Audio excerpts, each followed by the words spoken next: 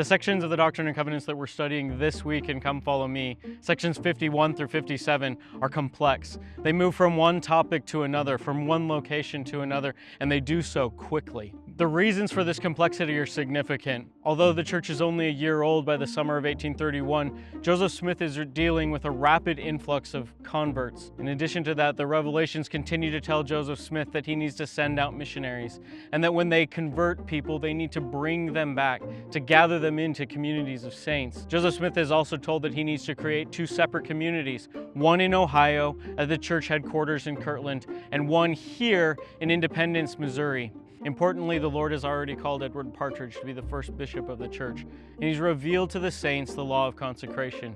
In Missouri, the saints are to practice the law of consecration to an extent that they had not previously done, and Edward Partridge, one of the most talented businessmen in the early membership of the church, is to oversee that. Responding to Revelation, Edward Partridge leaves Ohio with Joseph Smith in the summer of 1831, arriving here in mid-July. The Revelations had detailed a place of peace and of promise where the saints could live together and worship their God. What Edward Partridge found when he got here was not what he expected. It was a rough town, a place filled with violence and crime. Many of the people who were in town were trappers, traders, and mountain men.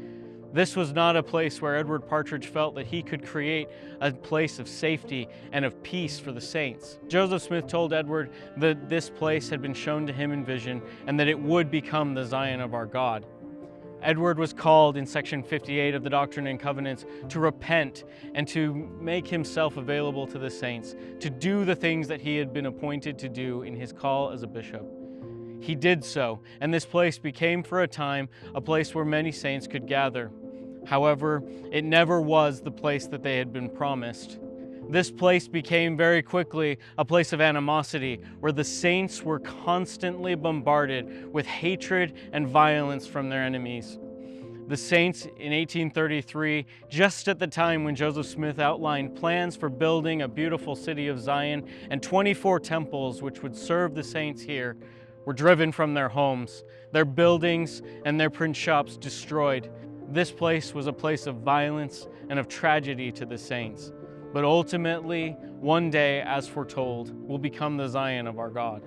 After nearly 2 centuries, the promise that independence would become the center place of Zion is yet unfulfilled. This is in part because the promise is associated with commandments that have yet to be obeyed, and also because the Revelation tells us that Zion will come after much tribulation.